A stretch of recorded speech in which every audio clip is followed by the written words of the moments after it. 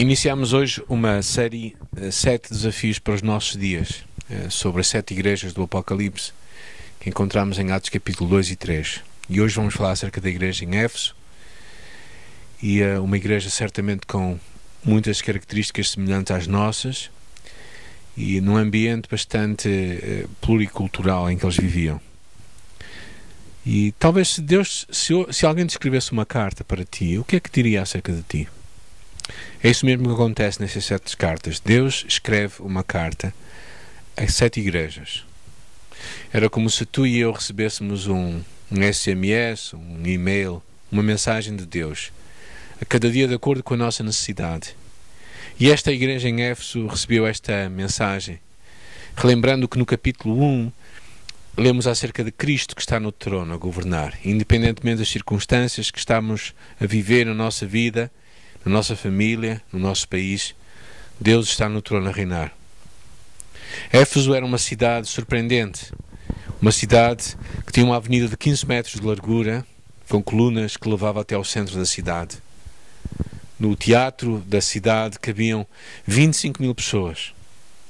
Era um centro de religião imponente. O culto ao imperador não era negligenciado, mas o grande templo era o templo de Artemis, em latim Diana, o templo de Diana, uma das 7 maravilhas do mundo antigo, adorada por todo o Mediterrâneo como uma deusa. O templo era 4 vezes maior que o Parthenon. Tinha 100 metros de comprimento, 50 de largura e 20 de altura. Podes imaginar a imponência deste lugar. E esta igreja plantada por Paulo havia 30 anos, recebeu esta carta através das mãos de João, mas verdadeiramente uma carta de Jesus Cristo. Imagina que conheceste Jesus há 30 anos atrás, não sei há quanto tempo o conheceste, mas imagina que Cristo te escrevia uma carta. O que é que ele diria acerca de ti? Em Apocalipse capítulo 2 lemos esta carta e se calhar podemos lê-la juntos. Escreve ao anjo da igreja que está em Éfeso. Isto diz aquele que tem na sua mão destra as 7 estrelas, que anda no meio dos 7 castiçais de ouro. Eu sei as tuas obras, o teu trabalho, a tua paciência, que não podes sofrer os maus, e puseste à prova aqueles que se dizem apóstolos e não o são. E tu os achaste mentirosos, e sofreste, e tens paciência, e trabalhaste pelo meu nome, e não te cansastes. Tenho, porém, contra ti que deixaste o teu primeiro amor. Lembra depois de onde caíste, arrepende-te, e pratica as primeiras obras. Quando não brevemente a ti virei e tirarei do seu trono, do seu lugar o teu castiçal, se não te arrependeres. Tens, porém, isto, que aborrece as obras de Nicolaitas, os quais eu também aborreço. Quem tem ouvidos, ouça o que o Espírito diz às igrejas, e ao que vencer, dar-lhe-ei a comer da árvore da vida que está no meio do paraíso de Deus. Certamente nesta carta encontramos vários princípios que nos encorajam a nós. A primeira delas é que nós vivemos com intencionalidade a nossa fé. Os castiçais que fala aqui, ou os candeeiros, são as próprias igrejas. Os candeeiros que iluminam o caminho. E este, se calhar, é um dos grandes propósitos que nós temos como igreja, de fazer uma diferença na nossa comunidade local. Jesus afirmou ser a luz do mundo, mas também ele diz que partilhava connosco esta mesma identidade. Nós somos o sal da terra e a luz do mundo. Nós também somos chamados a influenciar o mundo à nossa volta, a vivermos a nossa fé com intencionalidade. E esta igreja o fazia. Era uma igreja com alto impacto. Verdadeiramente uma igreja cujas obras eram demonstradas no seu labor, no seu trabalho esforçado, bem como numa perseverança na fé face à perseguição. Esta igreja, com este trabalho expressado, mostrava a sua fé, que era vivida de uma forma intencional. E hoje nós precisamos de uma geração também, de uma igreja também, que viva uma fé intencional. A segunda coisa era uma igreja comprometida com a verdade. Uma igreja que sabia distinguir o que era certo do errado. Uma igreja que conseguia destrinçar o falso do verdadeiro. E que não tinha medo de se identificar com a verdade. Mesmo pressionada por a opinião pública, pressionada pelo seu meio ambiente, ela sabia tomar a sua posição. E esta é uma das grandes chamadas da nossa igreja, sermos comprometidos com a verdade, não baixarmos os nossos braços quando somos pressionados, quando face à opinião pública. E talvez nós todos somos, às vezes, tendentes a ser taxados de intolerantes, radicais, e às vezes calamos a voz da verdade. Esta igreja não se calava. E hoje também precisamos de nos pronunciar quanto a temas importantes como o aborto, a eutanásia, casamento entre homossexuais, adoção de crianças, viver juntos versus casar. E verdadeiramente, ainda que não vivamos num mundo perfeito, e eu e tu, e como igreja, não podemos nos calar. Não podemos deixar de falar a verdade de Deus e de termos uma palavra a dizer.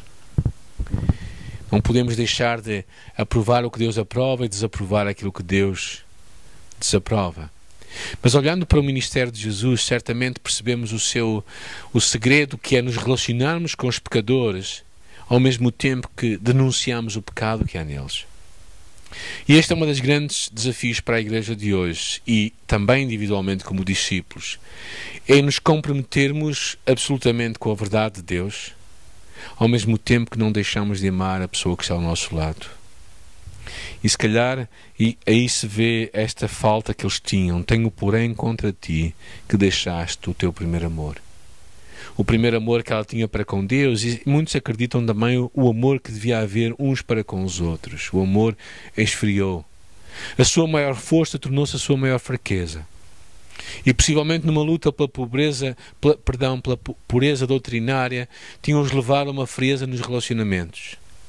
E tantas vezes queremos ser tão certinhos na nossa vida e nas nossas doutrinas, e tornamos-nos tão frios e tão insensíveis para com os outros. Alguém disse que é difícil um cão de guarda sorrir. E talvez muitas das nossas igrejas, nesta necessidade de defender essa doutrina, temos deixado de falar a verdade em amor. E o balanço de sermos pessoas profundamente comprometidas com a palavra deve-nos também levar a ser, tal como Jesus, amigo dos pecadores. E por isso há esta chamada para esta igreja: relembra-te, ou seja, arrepende-te e responde-te. Relembra-te de onde caíste. Aqueles que haviam amado podiam voltar a amar outra vez, voltar à prática das primeiras obras, motivados pelo amor, tal como havia sido feito no passado. A segunda coisa era se arrepender, ou seja, mudar a sua forma de viver. Não somente um lamento, não somente uma saudade de como as coisas eram no passado, mas verdadeiramente uma mudança do coração, de forma a pensarem como Deus quer que pensassem e a agirem como Deus quer que agissem, e por isso voltarem à prática do início. E no final, ele termina dizendo: aos que vencerem. Ou seja, aqui uma esperança, eu acredito também para todos nós, uma esperança de nós também sermos pessoas que vamos vencer. Os Efésios, tal como eu e tu, podemos olhar para o futuro glorioso com Deus, pois que com Cristo somos mais do que vencedores. A nossa eternidade está segura. Deus, porém, pretende que nós vamos muito mais além. Uma vida cristã operante de grande impacto. Os Efésios, se calhar, demonstram um falhaço que é comum em cada cristão e em muitas igrejas. As nossas forças podem se tornar as nossas maiores fraquezas. Cada virtude tem uma semente de destruição. A boa doutrina é como maná no deserto. Se não a utilizarmos rapidamente, vai apodrecer e cheirar mal. Verdade e amor nunca devem ser separados. Temos de falar a verdade em amor, e o amor deve ser praticado de acordo com a verdade. Aprendamos com a igreja de Éfeso a nunca praticar a pureza doutrinária com o coração empadronecido. Olhemos para o ministério de Jesus, que sabia amar os pecadores e relacionar-se com ele, nunca deixando de os amar, mas também nunca concordando com as suas más escolhas. E por isso, tal como este texto nos diz, aquele que tem ouvidos para ouvir, ouça o que o Espírito diz às igrejas.